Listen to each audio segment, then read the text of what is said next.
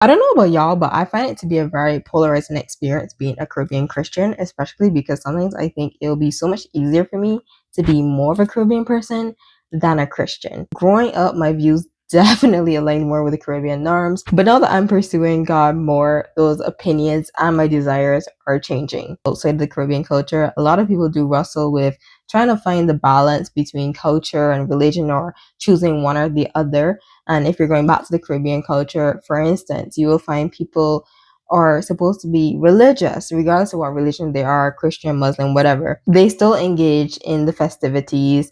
They're walking up, they're doing bad. Our music is very salacious. Not gonna lie, still kind of like the songs. I don't really listen to them so much. No.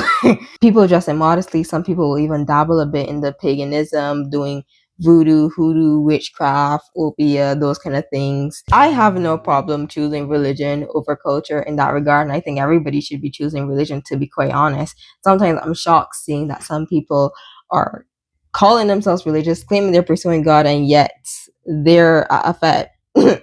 Yet they are walking up and doing the most. I'm like, I do think at some point you probably should choose religion, babe.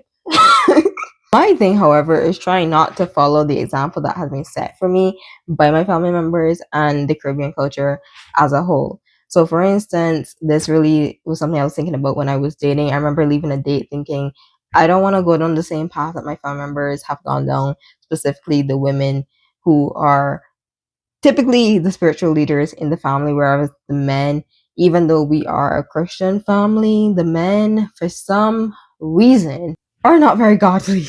I don't want to be with somebody who's the head of the household just because he's the man when he's not even spiritually leading our family. Then, for instance, my family members have had children outside of wedlock, have lived with each other before or outside of marriage, which is also the norm in the Caribbean. Yes, my family believes in marriages. Yes, Caribbean people do get married. However, the way we go about marriage is not very traditional and not the way other cultures do. A lot of other cultures might prioritize marriage and they would look down on divorce. They would probably disown you for having children outside of marriage and stuff like that. That's not the case in the Caribbean.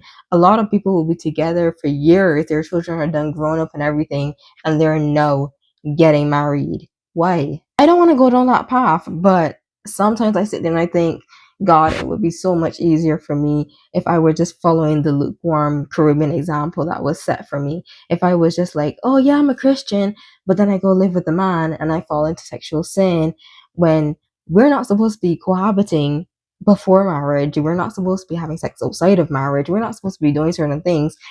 But it would be easier if I just lived that life.